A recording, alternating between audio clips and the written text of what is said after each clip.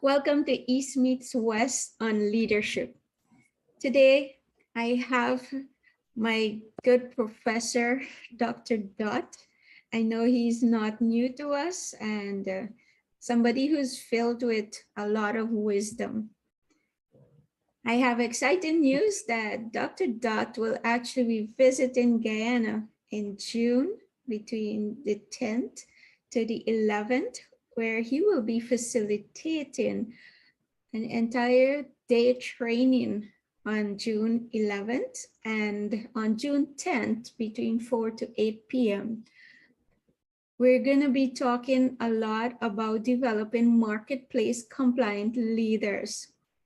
And Dr. Dot has a heart to serve, and he's coming all the way from Nigeria to Guyana to bless us in these sessions. Now, these sessions, we would like to encourage you to join us live at the Assembly of God in Eccles. And you can register below. We will post the link that you can register. So leaders in the churches, especially leaders in businesses, leaders in government, community leaders, we are asking you to join these sessions. It is a complimentary session by Dr. Dot. So all you need to do is show up and be blessed with the training and the discussion and everything that you're going to get out of these sessions so that we can make a difference. We can transform the places that we are working in or the organization or whatever you're doing, that you can be used to do great things. So Dr. Dot, as I said, will be sharing here today and give you a little, should I say, taste of what to expect from this training that is coming up. So Dr. Dot, before you go into tell us what to expect, is there anything you'd like to add before you start telling us? Yeah, thank you very much, Auntie. And I'm really excited to be with you again on your platform. And it's such an exciting experience for me to physically visit Guyana. I've interacted with a lot of people across, your country. To have the opportunity of visiting physically is something I'm really looking forward to come and, see the world through your eyes, to hear you. So I'm not just coming to teach, I'm also coming to come and learn. I want to be able to see life. I want to see the world. I want to see how God is working in your context. So I'm really looking forward to that and to be able to participate in the good work that you and many other leaders are doing, in your very beautiful country. I've seen pictures of it and I can't just wait to be there physically. Thank you for creating this platform for this to happen. We are, I should say, lucky. We are blessed that you are coming.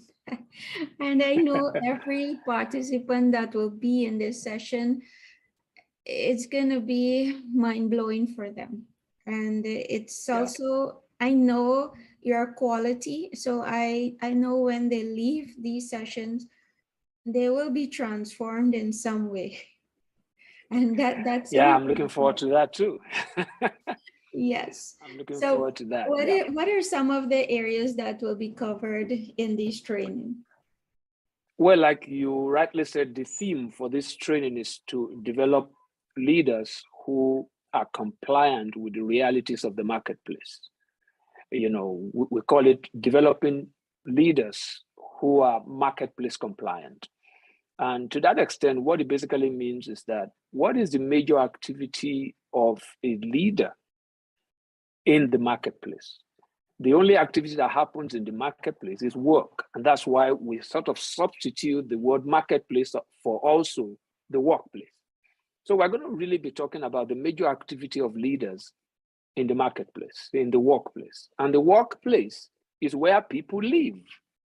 So if leadership, like you always say in your program, Shanti, that leadership, according to John Maxwell, is about influence. You are not just influencing spaces. That's given, but primarily spaces are influenced when you influence people.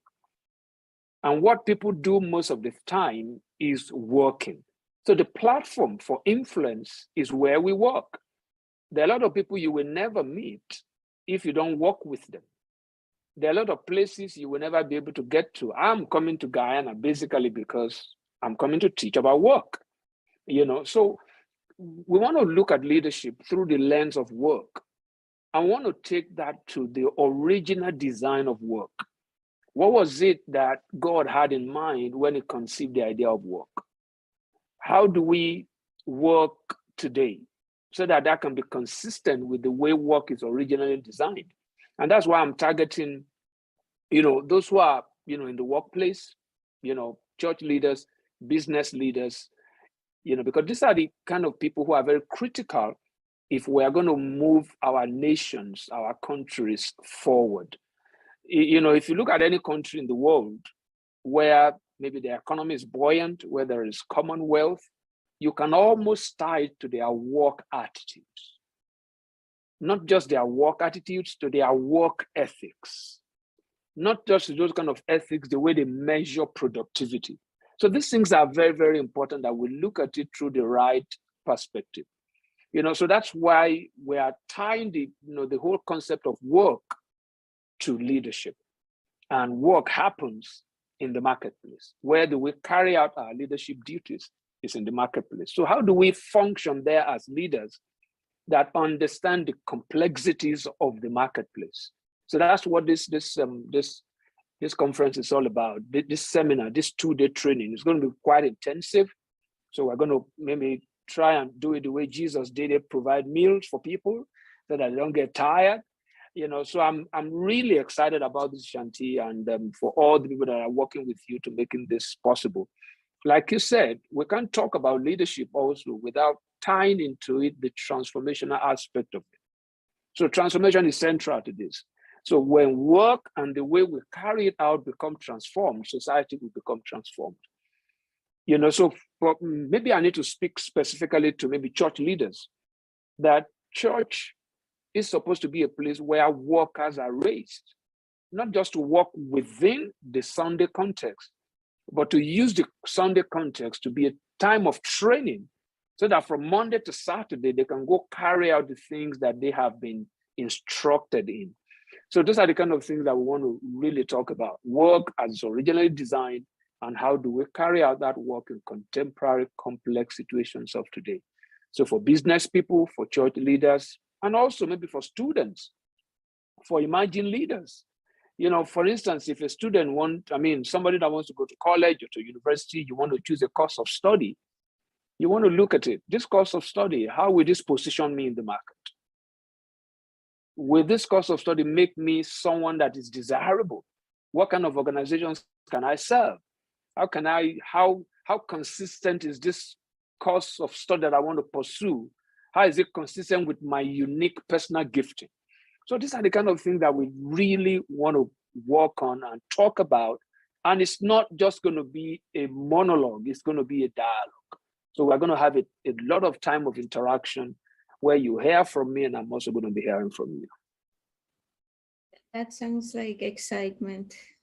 Yeah. And, as you talk to about the young people, and indeed, I think our children that are coming up, the generation that is coming into leadership, I always say that one day I won't be there, and you won't be there.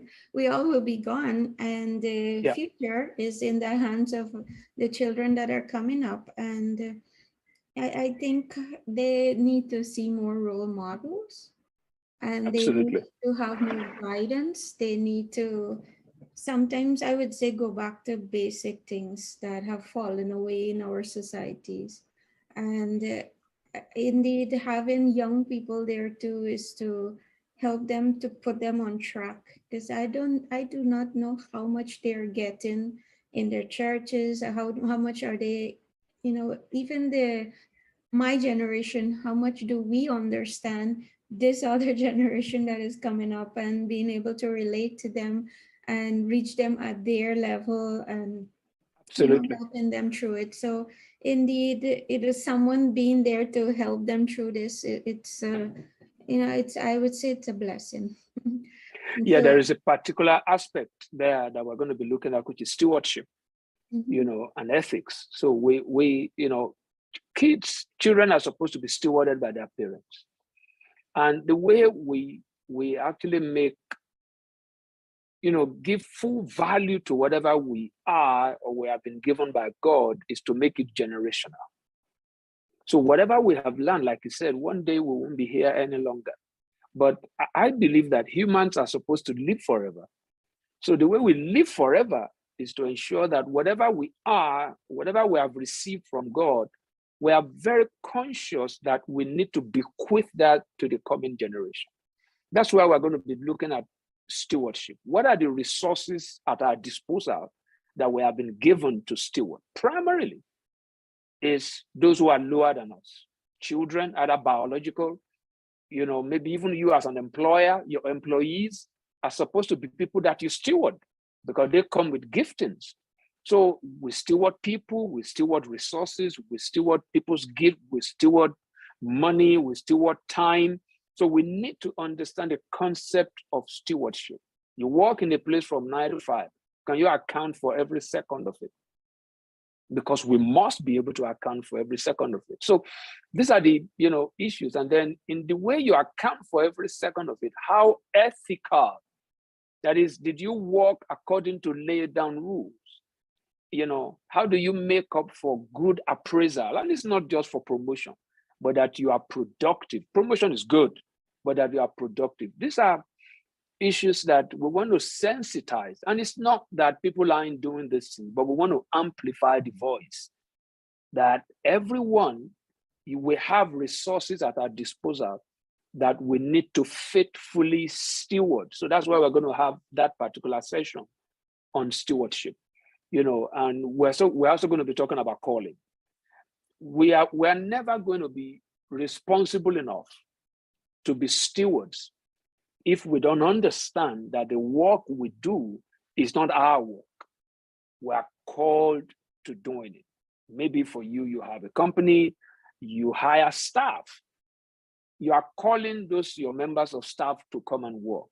So when you look at it on a bigger level, God has called all of us to come and work. If you have a staff, that work belongs to you. So the staff is just doing that work on your behalf. So you delegate authority to that staff. In the same way, God has delegated authority to human beings on the face of the earth. So we have that sense that God has called us. So because he has called us, we must be responsible. In being responsible, we have to become effective, faithful stewards. The faithfulness of our stewardship is that we are ethical. So that's how all these things are sort of connected. So I am really looking forward to a very wonderful time of interaction, because this is even more necessary for those of us who live in what economists call the third world, where our economy is struggling, our politics is struggling.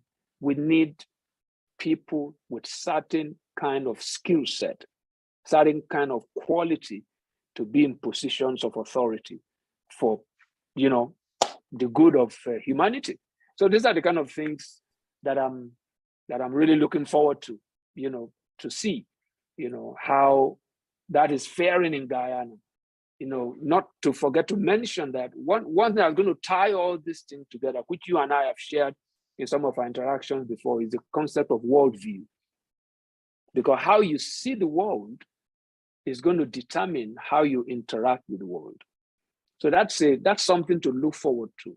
That our conversation on all these issues of work at design, the issue of worldview, the issue of stewardship, the reality that we are called. I think our 2 days is already full, and we're going to have a very, very wonderful time. As I said, I'm looking forward to it. And I know for me, I got a lot of this being in some of your class and, being able to help others to experience that way, even if it's just for the 2 days, that Yeah. I do believe it is something that's going to be impactful for them.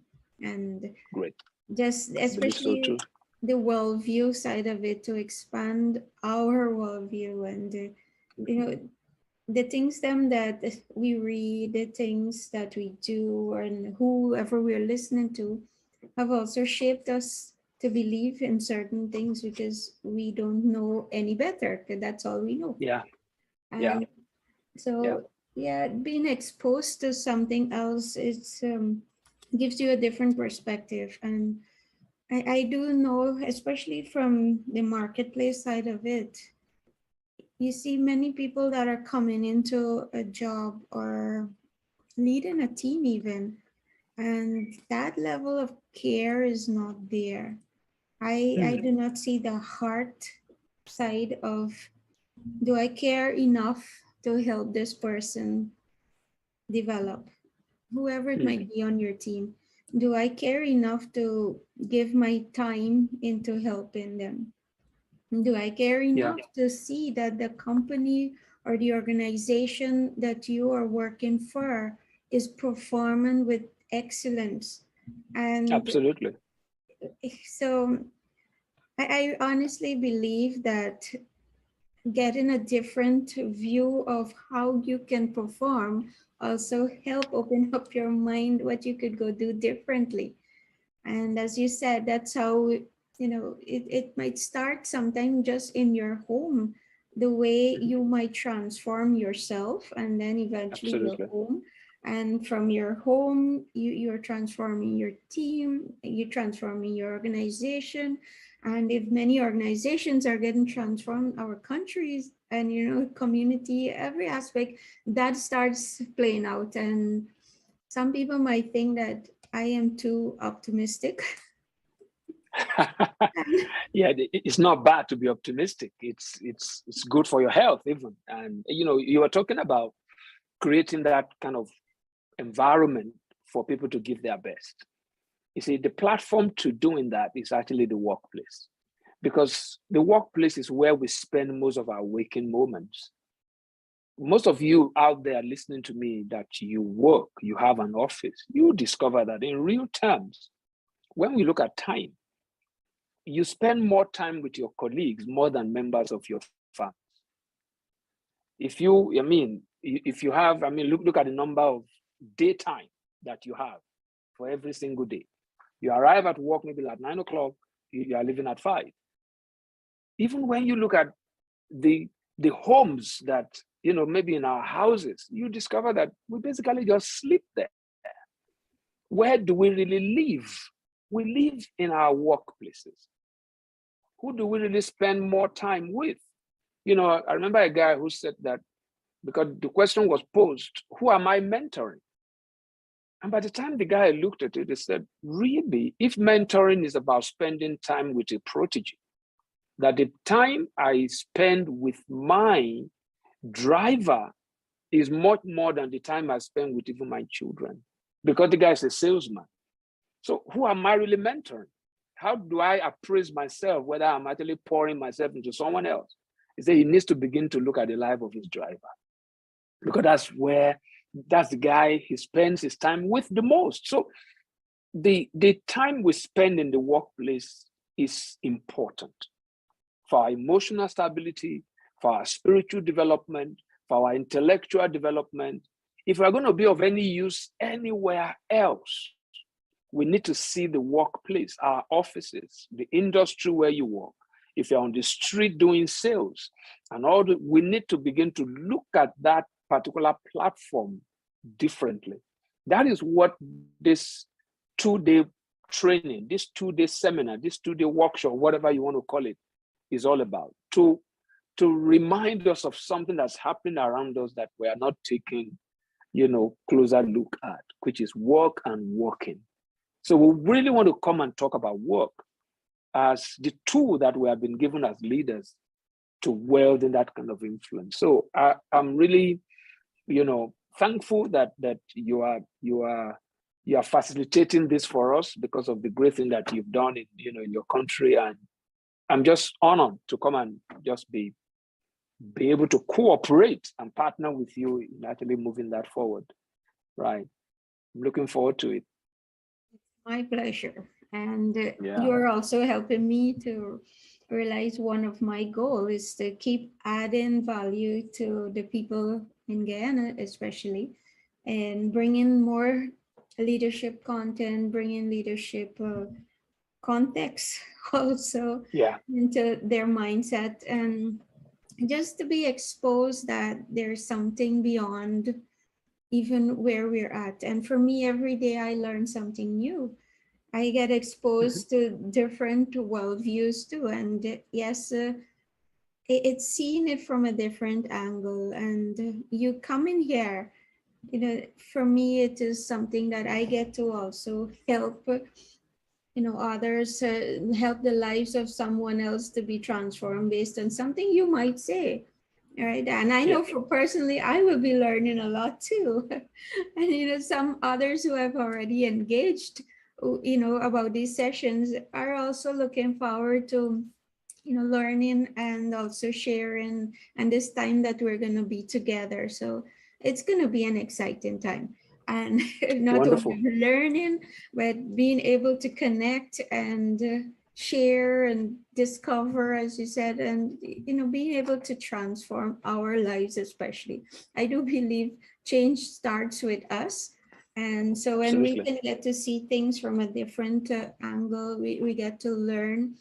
We also get to do some self-examination to see, okay, you know what, maybe that's an area I need to get better at. Maybe that's the area why I'm struggling with something, is because, this area for me is not coming. Maybe I'm not understanding how to steward my team. I'm not understanding how to match people with their calling, and Yeah. all of these things, and how you turn up as a leader, how you are showing up with your team, all of this. So sometimes it might be something internally for you that will bring the change, and that is the part for me. Even if it's just 1%, you've awakened, or you've got Yeah. something just 1% better, it's something. And for me, that's a big thing. Absolutely. Absolutely. Yeah. Absolutely. So we I really want to appeal to, every leader out there, aspiring leaders, emerging leaders, for us to come together and rub minds and really see ways that we can use this that has been placed in our hands, to really move Guyana forward, move our region forward, and really, really, and I really want to do a lot of sightseeing, because I believe that it's part of work. So I'm really looking forward to having, a very wonderful time in Guyana. Look, go to places where I can learn, I can see God's creation and appreciate beauty and appreciate. So I'm really, really excited to be coming, and I can't even begin to imagine how much fun this is going to be for us to learn in an atmosphere of camaraderie. And it's really better to be in person, because there's a little bit you can do when it's just virtual. For us again to have the opportunity of meeting in person, be able to hear, even touch ourselves. And so I really want to also appeal to business owners, maybe come and maybe with one or two of your staff, so that they can hear what you are hearing. Visions are better shared if the visionary and the people that has been communicated to are exposed to the same kind of information right from its very source. So it's what you're going to discover is that what you've been telling your staff, somebody else that's coming from another region like me might just be amplifying that same thing. So it's good for your staff to come and hear it again, and it helps conviction. So this is an area that Shanti is very, very passionate about, which is worker employee engagement. Sometimes we don't get our employees to be well engaged when they don't see the value of work. A lot of people see work as maybe they're just toiling. There's a whole narrative across the African, space now that everybody wants to be self-employed. And the question I ask them is, if everybody gets self-employed, who do you employ? So everybody's not going to be, Question. yeah, everybody's not going to be self-employed. Some people are called to be self-employed. But if you are employed, you must have been trained in how to relate with employees. So I really respect someone that is self-employed who has one time before then been an employee, because if you've not learned to serve people, you might become an oppressor of people. If you have never served. So we're going to be looking at all this about, service as a means of leadership. How do we combine that complex web of serving and leading? Because when you say servant, leadership doesn't come to mind. When you say leader, service doesn't come to mind. But you know as well as I do, Shanti, that the most effective way of of leading, is actually to serve. So these are issues that we have to look at, and we're going to do our best to anchor it on, there's a way I describe the Bible. When you say Bible, it limits it to church. But when you look at the Bible is not written for Christians. The Bible is written for human beings. So I call the Bible the life script. Every concept in life will only make sense, and you benefit from it when you can look at it using this human script as the lens.